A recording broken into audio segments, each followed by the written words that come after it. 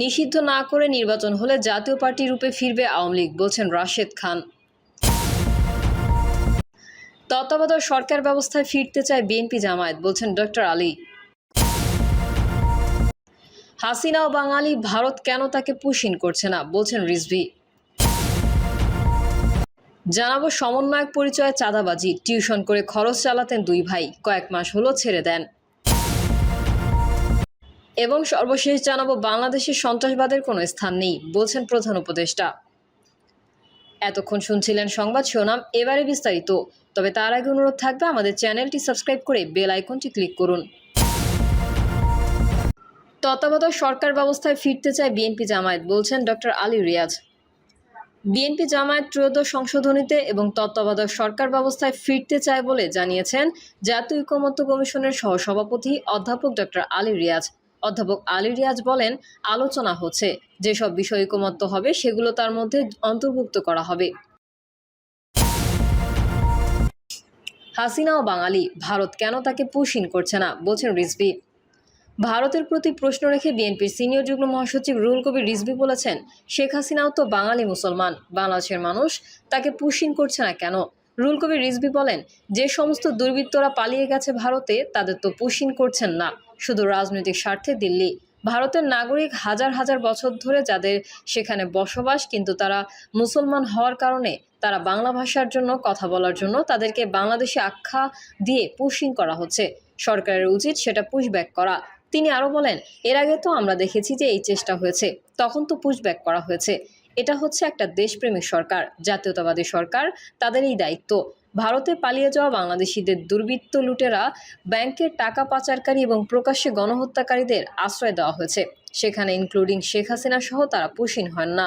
বিএনপির সিনিয়র যুগ্ম মহাসচিব বলেন, তারা জানে কেন করা হচ্ছে, কি জন্য করা হচ্ছে।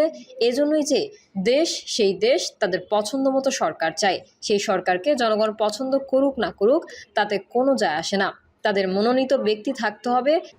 তার মানে এটা কারা করে, যারা প্রভুত্বকামী দেশ, যারা সাম্রাজ্যবাদী দেশ, তারা যখন অন্য দেশকে দখল করতে চায় বা প্রভাব বিস্তার করতে চায়, তাদের প্রতিভকে সেসব জায়গায়, সেই সময় সেই সব দেশে বসিয়ে রাখে।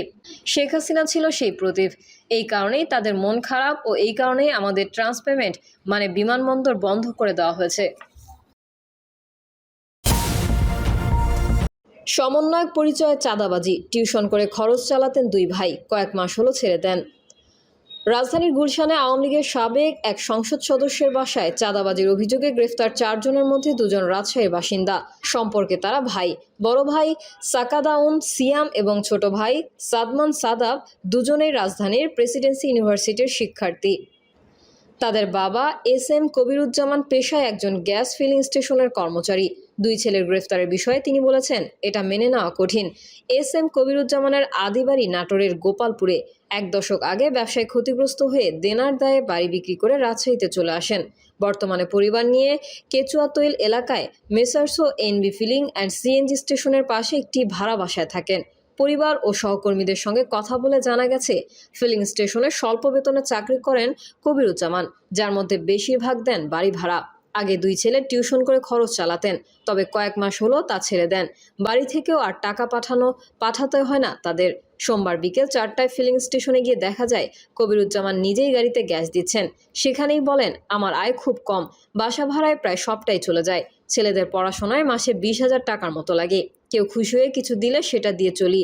কবিরুজ্জামান আরও বলেন, 2 ছেলে আগে টিউশন করত, কিছুদিন হলো রাজনীতিতে জড়িয়ে পড়েছে শুনেছি। রোববার সকালে জানলাম তারা চাঁদাবাজির মামলায় গ্রেফতার। আমি বিশ্বাসই করতে পারছি না, ওদের জীবনধারা আলাদা, দাড়ি রাখে, 5 ওয়াক্ত নামাজ পড়ে, চাঁদাবাজির সঙ্গে জড়াবে এটা মেনে নেওয়া কঠিন। ফিলিং স্টেশনের কয়েকজন সহকর্মীও নিশ্চিত করেছেন, কবিরুজ্জামানের রাজশাহীতে কোনো নিজস্ব সম্পত্তি নেই। তার ছেলে গ্রেফতার হয়েছে শুনে তারাও বিস্মিত। চাঁদাবাজির অভিযোগে গত শনিবার রাতে গুলশানের সাবেক সংসদ সদস্য শাম্মী আহমেদের বাসা থেকে 5 জনকে গ্রেফতার করা হয়। এর মধ্যে সাকাদাউন সিয়াম ও সাদমান সাদাব সহ 4 জনকে 7 দিনের রিমান্ডে পাঠিয়েছে আদালত। তারা দুজনেই বৈষম্যবিরোধী ছাত্র আন্দোলনের ঢাকা মহানগর শাখার সদস্য ছিলেন। চাঁদাবাজির মামলায় গ্রেফতারের পর সংগঠন থেকে তাদের বহিষ্কার করা হয়। অন্য 2 জন হলেন বৈষম্যবিরোধী ছাত্র আন্দোলনের ঢাকা মহানগর শাখার আহ্বায়ক ইব্রাহিম হোসেন মুন্না ও গণতান্ত্রিক ছাত্র সংসদের কেন্দ্রীয় কমিটির সদস্য আব্দুর রাজ্জাক বিন সুলাইমান ওরফে রিয়াদ, তাদেরও নিজ নিজ সংগঠন থেকে বহিষ্কার করা হয়েছে। সাকাদাউন সিয়াম ও সাদমান আব্দুর রাজ্জাকের ঘনিষ্ঠ, ফেসবুকেও তার সঙ্গে তাদের চলাফেরার একাধিক ছবি রয়েছে। সিয়াম ও সাদাব রাজশাহীর খড়খড়ি উচ্চ বিদ্যালয় থেকে মাধ্যমিক ও উচ্চ মাধ্যমিক সম্পন্ন করেন। এই বিদ্যালয়ের শিক্ষক ও জাতীয় নাগরিক পার্টি রাজশাহী মহানগর সমন্বয় কমিটির প্রধান মোবাশ্বের আলী বলেন, এরা তো আমাদের স্কুলেরই ছাত্র ছিল, খুব ভালো ছেলে, ওরা গ্রেফতার হয়েছে এটা শুনে আমি হতবাক। বাংলাদেশে সন্ত্রাসবাদের কোনো স্থান নেই বলছেন প্রধান উপদেষ্টা।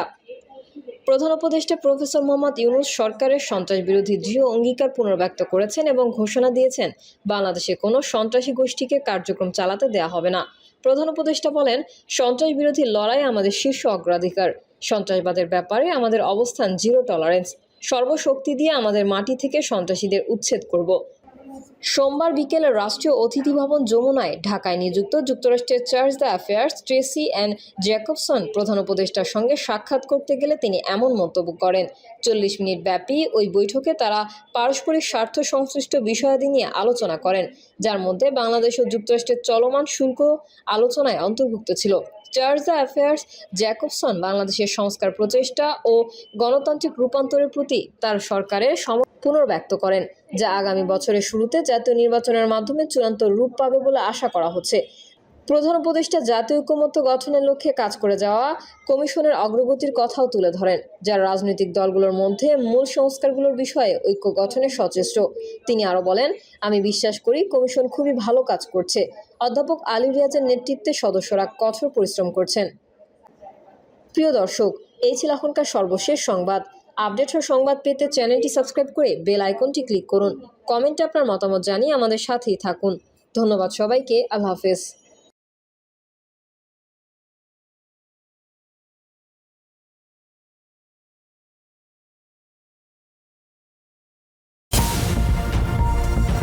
নিষিদ্ধ না করে নির্বাচন হলে জাতীয় পার্টি রূপে ফিরবে আওয়ামী লীগ বলছেন রাশেদ খান। জাতীয় পার্টিকে নিষিদ্ধ না করে আগামী নির্বাচন অনুষ্ঠিত হলে আওয়ামী লীগ জাতীয় পার্টি রূপে ফিরে আসবে বলে মন্তব্য করেছেন গণ অধিকার পরিষদের সাধারণ সম্পাদক রাশেদ খান। তিনি বলেন, আগামী নির্বাচনে আওয়ামী লীগের কোনো সহযোগীও অংশ নিতে পারবে না। রাশেদ খান বলেন, জনগণের মধ্যে দ্বিধা আছে যে আওয়ামী লীগের নেতারা স্বতন্ত্রভাবে নির্বাচনে অংশগ্রহণ করতে পারবে কিনা।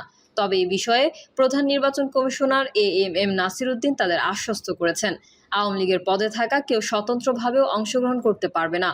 তবে প্রধান নির্বাচন কমিশনারের কাছে গণ অধিকার পরিষদ জানতে চেয়েছে যে 2014, 18 ও 2024 সালের নির্বাচনে যারা সংসদ সদস্য ছিলেন আওয়ামী লীগের কোনো পদে নেই কিন্তু ফ্যাসিস্ট ব্যবস্থা কায়েমে কাজ করেছেন, তারা আগামী নির্বাচনে অংশ নিতে পারবে কিনা। এ বিষয়ে প্রধান নির্বাচন কমিশনার বিষয়টি গুরুত্বের সঙ্গে বিবেচনা করবেন বলে জানিয়েছেন রাশেদ খান। তিনি বলেন, সিসিকে তারা জানিয়েছেন, জাতীয় পার্টি ও 14 দলও তো এই ফ্যাসিবাদী ব্যবস্থা তৈরিতে প্রধান সহযোগী ছিল। তাদের নিবন্ধন কেন আওয়ামী লীগের মতো স্থগিত হবে না সেটাও জানতে চেয়েছেন।